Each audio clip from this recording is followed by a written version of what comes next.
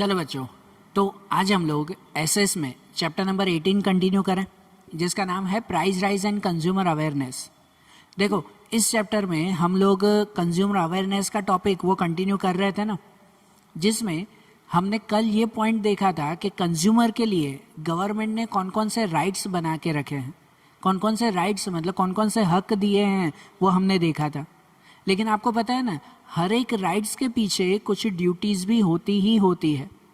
भले हमारे गवर्नमेंट के वो फंडामेंटल राइट्स देखो ना, हमारे कॉन्स्टिट्यूशन में लिखे हुए फंडामेंटल राइट्स, तो उसके साथ कुछ फंडामेंटल ड्यूटीज़ भी तो है ना, है कि नहीं। उसी तरह से एज अ कंज्यूमर, अगर आप कस्टमर हो, तो अगर आपको गवर्नमेंट ने फैसिलिटीज़ दी है, गवर्नमेंट ने आपको राइट्स दिए हैं, तो उसके सामने आपकी कुछ ड्यूटीज़ भी हैं। हर एक कस्टमर की, हर एक कंज्यूमर की, जब आप कोई भी प्रोडक्ट खरीदने जाते हो तो उसके रिलेटेड आपकी कुछ ड्यूटीज़ बनती हैं कि आपको कम से कम इतनी चीज़ें तो ज़रूर करनी चाहिए। कि जो ड्यूटीज़ आज हम लोग देखें, हमारा पॉइंट ही है आज का कि ड्यूटीज़ ऑफ कंज्यूमर, कंज्यूमर की क्या क्या ड्यूटीज़ हैं। तो सबसे पहली अगर ड्यूटी देखें ना, तो करेक्ट चॉइस। सबसे पहली चीज़ कि अगर आप कोई भी प्रोडक्ट खरीदने जा रहे हो ना, तो सबसे पहले उसकी सही चॉइस करके फिर ही प्रोडक्ट खरीदो। मतलब जो आपके यूज़ में हो, जो आपके लायक हो, जो आपको सही प्राइस में पड़ता हो, वैसा ही प्रोडक्ट खरीदना चाहिए।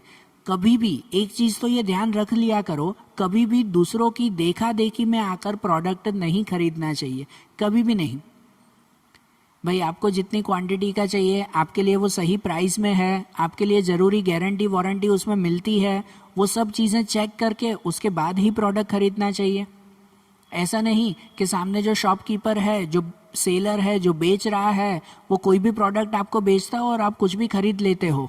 ऐसा नहीं, कोई भी प्रोडक्ट खरीदने से पहले करेक्ट चॉइस आपकी होनी चाहिए, बराबर ना। पहले भी आपको एग्जांपल दिया था कि अगर आप इवन बालों के लिए शैम्पू भी खरीद रहे हो, तो आपके बालों के लिए कौन सा सूटेबल है वो शैम्पू लेना चाहिए ना।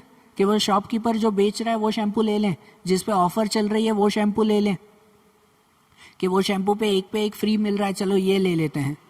ऐसा करना है नहीं। जो आपके लिए ज़रूरी है, जो आपके लिए सही है, जो आपको सही प्राइस में मिलता हो, तो वही प्रोडक्ट आपको खरीदना चाहिए। ये आपकी सबसे पहली ड्यूटी आती है। बिना सोचे समझे प्रोडक्ट मत खरीदो, उससे आपको बहुत नुकसान होगा ही ना, बराबर ना। बिना सोचे समझे कोई भी प्रोडक्ट अगर हम लोग खरीदें तो वो नुकसान हमें ही भुगतना पड़ेगा। शॉपकीपर को तो फ़ायदा है, उसका तो सामान बिक रहा है, नुकसान तो हमें भुगतना पड़ता है ना, बराबर। तो सबसे पहली ड्यूटी आती है कि चॉइस करेक्ट करो, और उसके साथ ही दूसरी ड्यूटी करेक्ट इन्फॉर्मेशन, कि भाई इन्फॉर्मेशन सही लेना। कोई भी प्रोडक्ट खरीदने से पहले उसकी पूरी इन्फॉर्मेशन पहले चेक कर लो, उसके बाद ही प्रोडक्ट खरीदो। और आपको पता ही है कि ऑलमोस्ट सभी प्रोडक्ट के ऊपर अब लेबल लगे हुए होते हैं, पूरा प्रिंटेड होता ही है, सभी इन्फॉर्मेशन उसके ऊपर दी गई होती है। इन्फॉर्मेशन कौन कौन सी?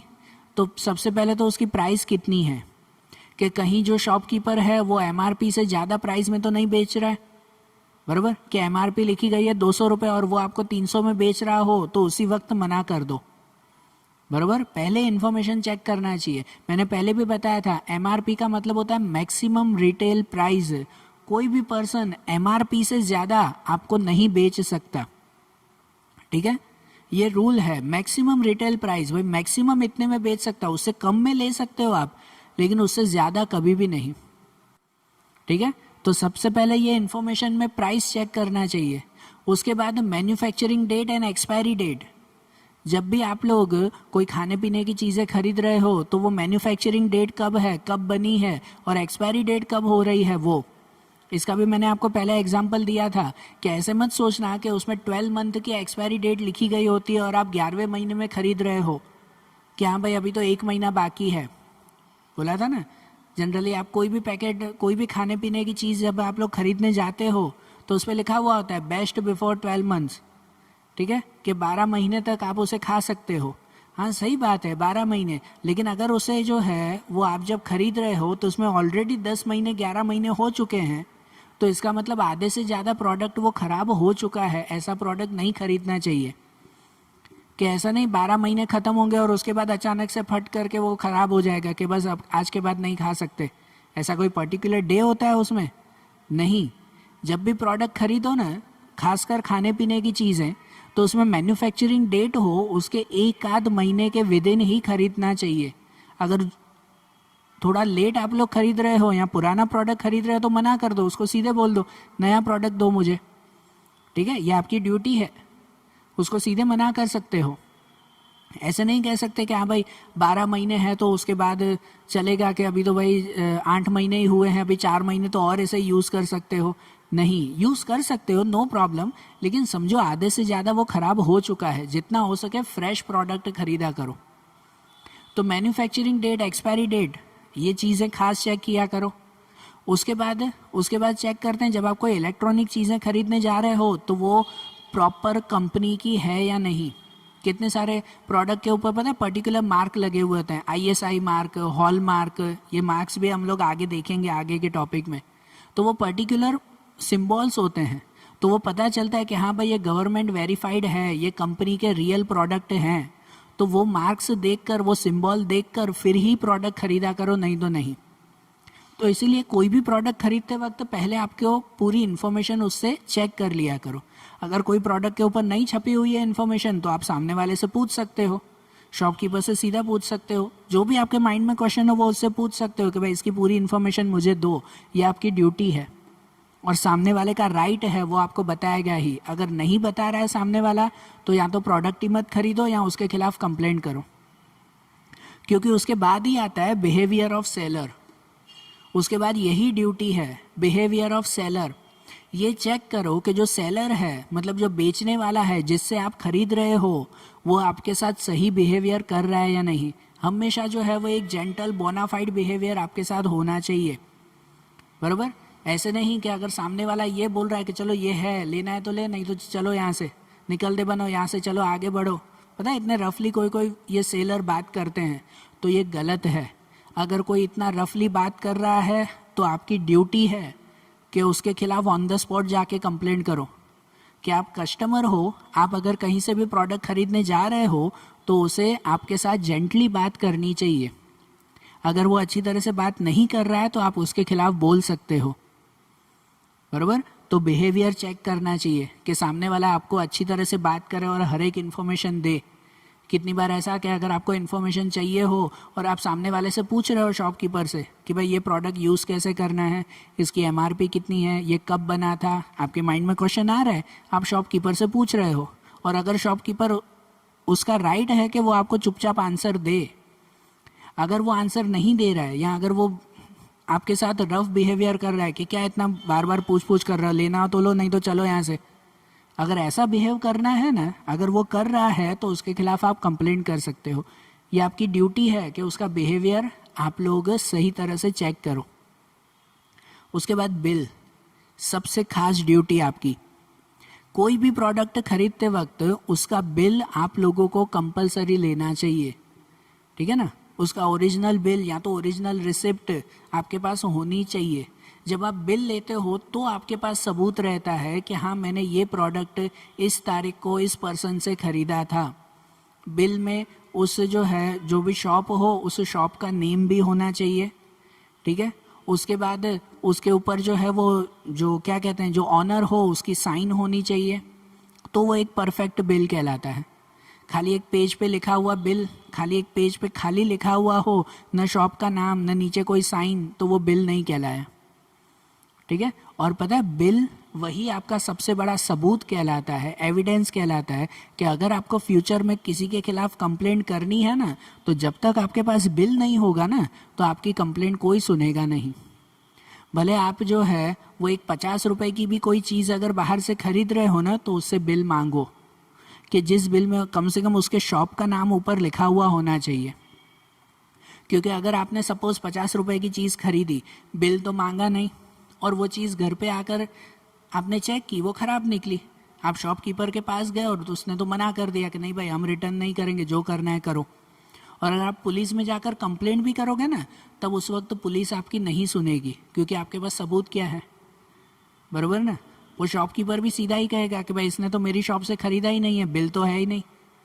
आपके पास बिल होगा ना और उसके ऊपर शॉप का नाम लिखा हुआ होना चाहिए। शॉप का नाम भी नहीं होगा तो भी पुलिस पे जाके क्या कहोगे, किसकी शॉप से ख़रीदा, बराबर, खाली लिखा हुआ हो कि हाँ भाई 50 रुपए का प्रोडक्ट खरीदा है, किसकी शॉप से, वो लिखा ही ना हो तो, समझ रहे हो बात को। तो इसीलिए ऊपर शॉप का नाम, नीचे उसकी साइन होनी चाहिए, तो वो परफेक्ट बिल कहलाता है। उसके बाद अगर आप कोई पुलिस के पास जा रहे हो और कंप्लेंट लिखवा रहे हो क्या मैंने ये 50 रुपए की, भले 10 रुपए की चीज़ भी खरीदी है लेकिन ये ख़राब निकली और शॉपकीपर मुझे रिटर्न करके नहीं दे रहा है, बराबर, तो उसके खिलाफ कंप्लेंट आप कर सकते हो जब आपके पास बिल होगा तो, बराबर ना। तो आप कहीं पर भी भले 10 रुपए 5 रुपए की चीज़ के खिलाफ भी कंप्लेंट कर सकते हो, ठीक है ना। तो इसलिए बिल सबसे इम्पोर्टेंट थिंग है, सबसे इम्पोर्टेंट थिंग। और उस बिल में हर एक चीज़ नोट किया करो, प्रोडक्ट कौन सा खरीदा है, कितने ग्राम में खरीदा है। अगर आपको ये समझो कोई ऐसे प्रोडक्ट खरीद रहे हो जो किलोग्राम लीटर ऐसे में मेज़र होता है तो वो लिखना चाहिए कि हाँ भाई मैंने अनाज खरीदा, वो 10 किलो अनाज खरीदा है, ये सब मेंशन होना चाहिए ना। बिल में हर एक छोटी छोटी डिटेल होनी चाहिए। अगर कोई इलेक्ट्रॉनिक चीज़ें खरीद रहे हो तो उसकी गारंटी वारंटी कितनी है वो बिल में होना चाहिए। क्या भाई मैंने ये मोबाइल ख़रीदा था कि जिसमें जो है वो मुझे 1 साल की वारंटी मिली है, लेकिन वारंटी के बावजूद वो मुझे रिपेयर करके नहीं दे रहा है, तो आप कंप्लेंट करोगे ना जब आपके पास वारंटी का बिल होगा तो, नहीं तो कंप्लेंट कहाँ करोगे फिर। इसलिए बिल लेना सबसे इम्पोर्टेंट ड्यूटी कहलाती है आपकी, बराबर। कहीं पर कोई भी प्रोडक्ट कोई भी सर्विस के लिए बिल लेना कंपलसरी होना चाहिए, ठीक है। और जनरली अगर हम लोग बिल नहीं भी लेते हैं ना, तो हमने आगे भी ये समझाया था जब प्राइस राइज का टॉपिक चल रहा था कि हम लोग बिल नहीं लेते हैं ना, तो इसका मतलब वो शॉपकीपर उस अमाउंट को ब्लैक मनी में डाल देता है। किस में डाल देता है? Black money. मतलब समझो कि उसने जो है वो चोरी के पैसे वो जमा करते गए, ब्लैक मनी वो जमा करता गया। तो इसलिए बिल लेना सबके लिए ज़रूरी कहलाता है, हमारे लिए भी फ़ायदेमंद है और पूरे गवर्नमेंट के लिए भी। अगर हम लोग बिल नहीं लेते हैं तो शॉपकीपर उसका बहुत गलत फ़ायदा उठाते हैं, तो इसीलिए कंपलसरी बिल लेना ज़रूरी है। आ रहे हैं ना बात समझ में, ध्यान देना है इसे। उसके बाद दूसरी ड्यूटी आती है फाइट अगेन एक्सप्लॉइटेशन। सिंपल सी बात है कि अगर आपके साथ एक्सप्लॉइटेशन हो रहा है ना, तो चुपचाप बैठे रहना नहीं, उसके खिलाफ ऑन द स्पॉट आवाज़ उठाओ, उसके खिलाफ लड़ो। कि भले 10 रुपए का प्रोडक्ट भी अगर आपके साथ गलत आ रहा है, अगर आपको गलत हो रहा है वो प्रोडक्ट, तो ऑन द स्पॉट कंप्लेंट करो। ऐसे नहीं कि चलो रहने दो ना यार, अगली बार से ध्यान देंगे, 10 रुपए तो है।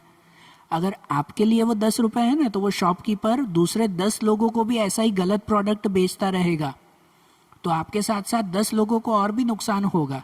लेकिन अगर आप ऑन द स्पॉट कंप्लेंट करोगे ना, अगर आप कंप्लेंट करोगे तो दूसरे 10 लोग बच जाएंगे, वो शॉपकीपर फिर दूसरे किसी को ऐसा गलत प्रोडक्ट नहीं बेचेगा। तो इसलिए खुद के लिए नहीं, समझो दूसरों के लिए एक्सप्लॉइटेशन के खिलाफ ज़रूर लड़ना चाहिए, ये हमारी ड्यूटी है। फिर कंज्यूमर ऑर्गेनाइजेशन, एक ये खास चीज़ कि आपको ये पता होना चाहिए कि हमारी सिटी में कौन कौन सी कंज्यूमर ऑर्गेनाइजेशंस चल रही है, बराबर, कहाँ पर है, कि अगर बाय चांस कुछ गलत हो रहा है तो मैं कहाँ जाके कंप्लेंट करूँ। ये आपकी ड्यूटी है कि आप इसकी इन्फॉर्मेशन अपने पास रखो, बराबर। अगर अभी तक नहीं है तो इस चैप्टर के लास्ट पॉइंट में हम लोग सीखेंगे कि कहाँ जाके मुझे कंप्लेंट करनी चाहिए, ठीक है ना। ये इन्फॉर्मेशन भी आपके पास होनी चाहिए, ये आपकी ड्यूटी है। नहीं तो चलो लड़ने की इच्छा भी हुई कि नहीं मैं उसके खिलाफ कंप्लेंट करूँगा, लेकिन कहाँ करूँ मुझे पता ही नहीं है, तो ऐसा नहीं, वो इन्फॉर्मेशन होनी चाहिए। और आज के टाइम में तो आपके पास मोबाइल है, ऑन द स्पॉट सर्च कर लो कहाँ के पे कंप्लेंट करनी है, आपको ऑन द स्पॉट बता देंगे वो, बराबर। और इसके अलावा अगर आप जो है वो कंज्यूमर अवेयरनेस के लिए कुछ काम कर सकते हो, तो खुद ऐसी ऑर्गेनाइजेशन, खुद ऐसी एसोसिएशन भी बनाओ कि जिससे आपके साथ भी गलत ना हो और किसी और के साथ भी गलत ना हो। दूसरों की हेल्प करने के लिए भी खुद भी आप ऐसी संस्था बना सकते हो, ठीक है। तो जनरली ड्यूटी तो ये है कि आपको सब ऑर्गेनाइजेशंस के बारे में पता होना चाहिए। यहाँ डोंट कॉम्प्रोमाइज़ विथ क्वालिटी, ये आपकी सबसे इम्पोर्टेंट ड्यूटीज़ में से ये भी एक है। कोई भी प्रोडक्ट खरीदो ना, तो उसकी क्वालिटी से कभी भी कॉम्प्रोमाइज़ नहीं करना चाहिए। सबसे पहली बात कि अगर आप कोई भी प्रोडक्ट खरीद रहे हो, पहले तो ये चेक करो कि कहीं वो डुप्लीकेट प्रोडक्ट तो नहीं है, बराबर ना, कि कोई डुप्लीकेट प्रोडक्ट या इलीगल प्रोडक्ट या तो फिर वो मिलावटी वाला प्रोडक्ट कहीं वो तो नहीं बेच रहे हैं, वो चेक किया करो। अक्सर लोग ये मिस्टेक कर देते हैं कि सस्ते के चक्कर में सस्ते के चक्कर में वो ख़राब क्वालिटी ले लेते हैं, क्वालिटी को कॉम्प्रोमाइज़ कर लेते हैं। ये चीज़ गलत है, बराबर, ये चीज़ गलत है। हाँ, ये चीज़ समझो, सबको इच्छा होती है कि भाई मुझे प्रोडक्ट सस्ते में मिले। हाँ, भले आप कम प्राइस में ख़रीदो, लेकिन वो तो चेक करो कि उसकी क्वालिटी अच्छी होनी चाहिए। आप ख़राब क्वालिटी ख़रीदो और आपके ही शरीर को तकलीफ़ हो तो, बराबर, कि आपको इलेक्ट्रॉनिक गैजेट खरीदने जा रहे हो, कोई भी इलेक्ट्रॉनिक चीज़, एक टीवी खरीदने जा रहे हो, नई टीवी समझो 30,000 की मिलती है, भाई उसमें थोड़ी सी मिस्टेक है, कोई कहता है चलो सेकेंड हैंड ले लेते हैं, है ना, थोड़ी सी मिस्टेक होगी कि भाई वो आपको 10,000 में मिल जाएगी। आप पैसे बचाने के चक्कर में सेकेंड हैंड प्रोडक्ट खरीदते हो और नुकसान क्या होता है पता है, वो सेकेंड हैंड प्रोडक्ट फिर बार बार ख़राब हो जाए, ठीक है, या उसकी वजह से अगर घर में कोई शॉर्ट सर्किट हो जाए तो प्रॉब्लम तो हमें ही होगी ना फिर वो। तो इसीलिए क्वालिटी में कभी भी कॉम्प्रोमाइज़ नहीं करना चाहिए। खाने पीने की चीज़ों में तो खास कभी भी डुप्लीकेट प्रोडक्ट मत खरीदो, जो गवर्नमेंट सर्टिफाइड हो वैसे ही प्रोडक्ट खरीदो।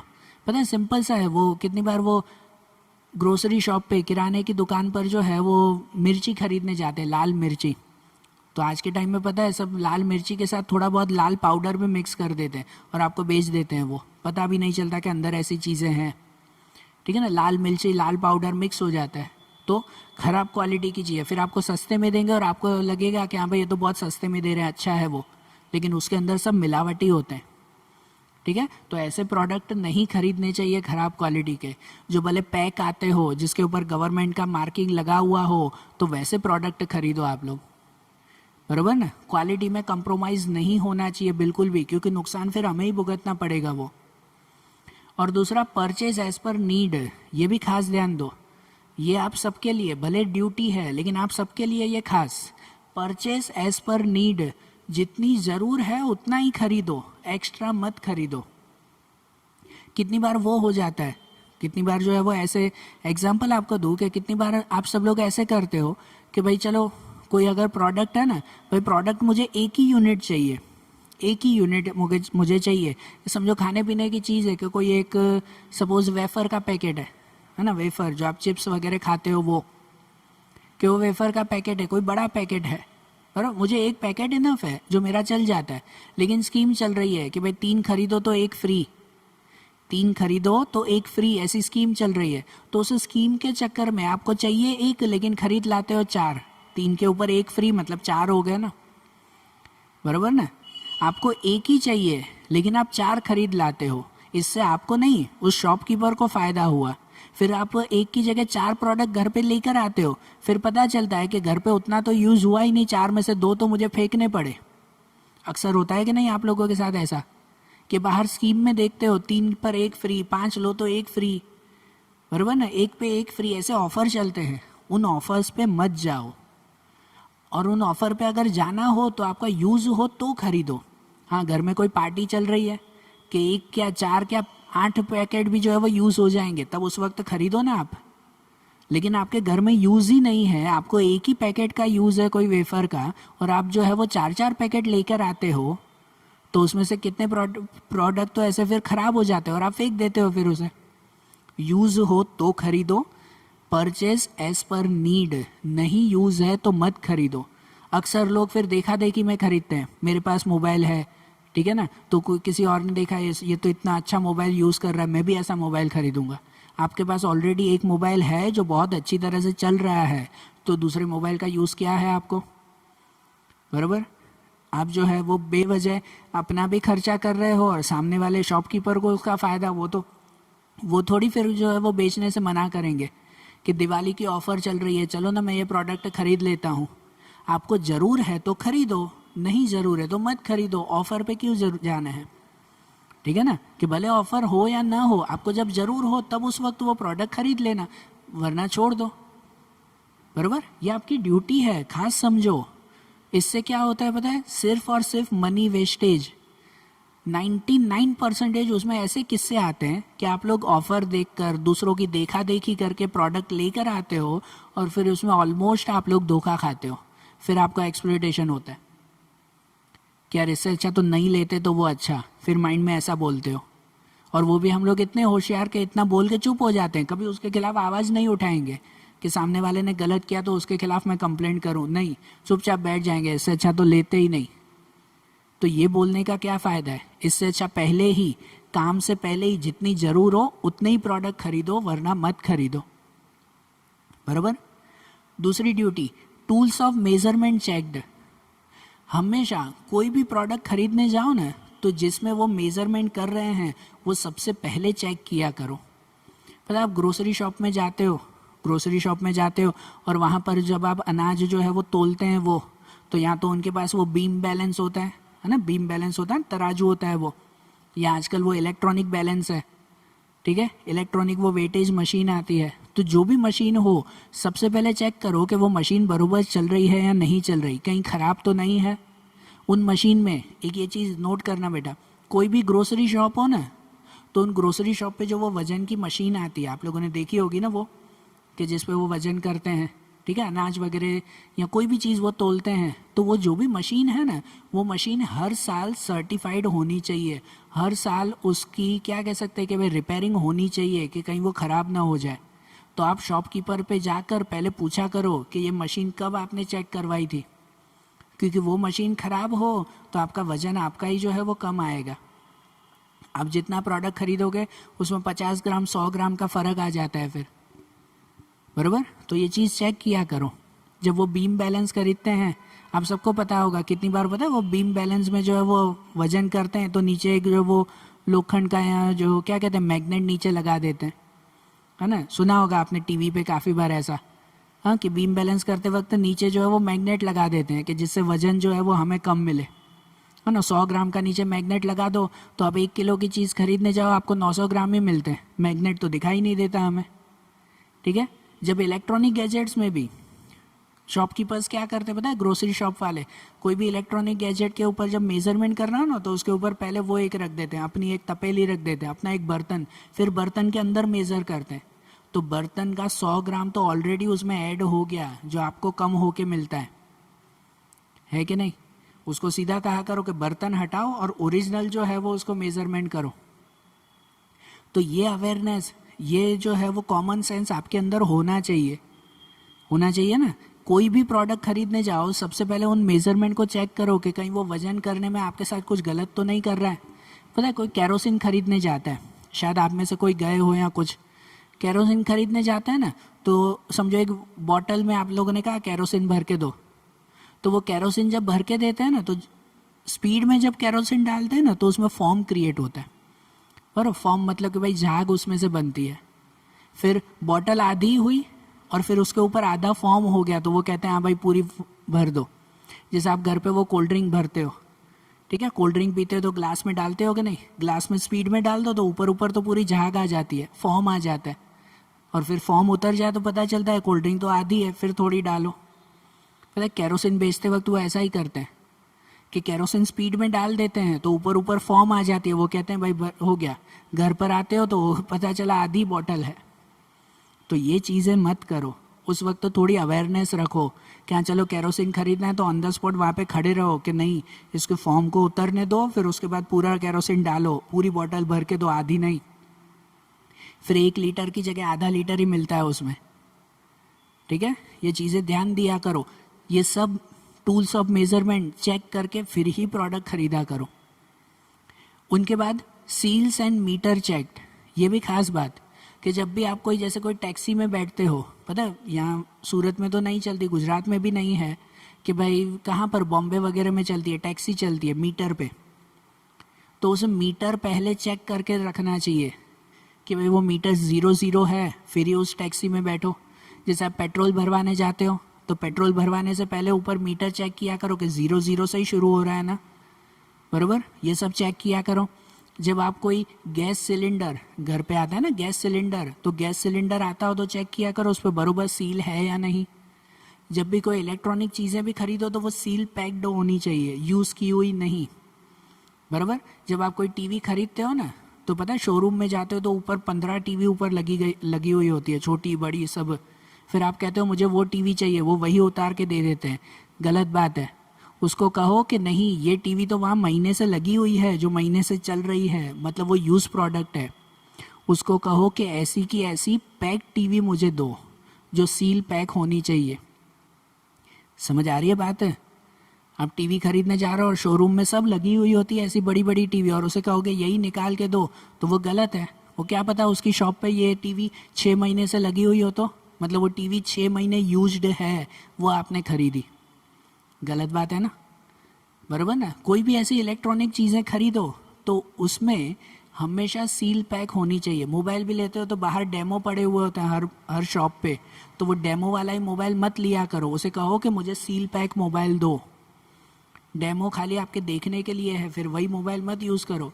वो सब देखते देखते हज़ारों लोगों ने वो पहले डेमो देख लिया होगा, मतलब 1000 लोग यूज़ कर चुके हैं, वही मोबाइल आप खरीद के लाते हो। आ रही है समझ में? ठीक है, थोड़ी अवेयरनेस रखो, थोड़ा सा माइंड ओपन रखो कोई भी प्रोडक्ट खरीदने से पहले। और वही है, अवेयरनेस रखो। ठीक है, कि अगर आपके साथ एक्सप्लॉयटेशन हो रहा है तो आप में अवेयरनेस होनी चाहिए कि भाई मैं कहाँ कैसे कब कंप्लेंट करूँ। खुद कंप्लेंट अगर नहीं कर रहे हो तो अपने साथी या कोई ऑर्गेनाइजेशन हो उसे जाके कहो कि भाई मेरे साथ गलत हुआ है और मेरी ये कंप्लेंट लिखो आप।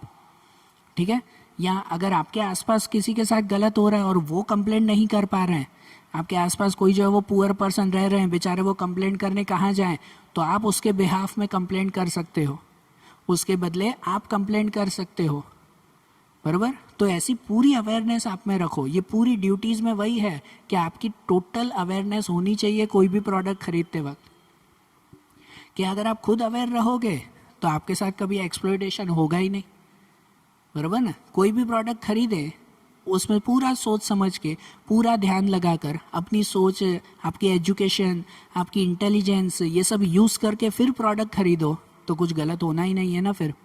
और गलत होगा नहीं तो फिर हमें आगे कभी ना कंप्लेंट करने की झंझट, ना और कुछ करना ही नहीं पड़ेगा। समझ आ रही है बात? ठीक है, तो देखो आज जैसे हमने ये ड्यूटीज़ पढ़ी वो क्लियर हुआ ना माइंड में। और इसे सिर्फ पढ़ने के लिए नहीं, आपके टेक्स्ट बुक के क्वेश्चन आंसर्स के लिए नहीं है, ये रियल लाइफ की ड्यूटीज़ है, बराबर। ये रियल लाइफ की है। क्वेश्चन आंसर्स में भले आप लर्न करके लिख लो, लेकिन इसे रियल लाइफ में जब बाहर प्रोडक्ट खरीदने जाओ ना तो इन चीज़ों को अप्लाई भी करना। खाली रट्टा मार के क्वेश्चन में नहीं लिखना है, इन चीज़ों को रियल लाइफ में अप्लाई करना है। समझ आ रही है बात है? ध्यान देना बेटा इन चीज़ों में। तो आज जैसे हमने ये पॉइंट्स देखे, अब इस चैप्टर के आखिरी पॉइंट्स बचे हुए हैं, वो अब हम लोग कल के वीडियोज़ में देखेंगे। Okay, thank you.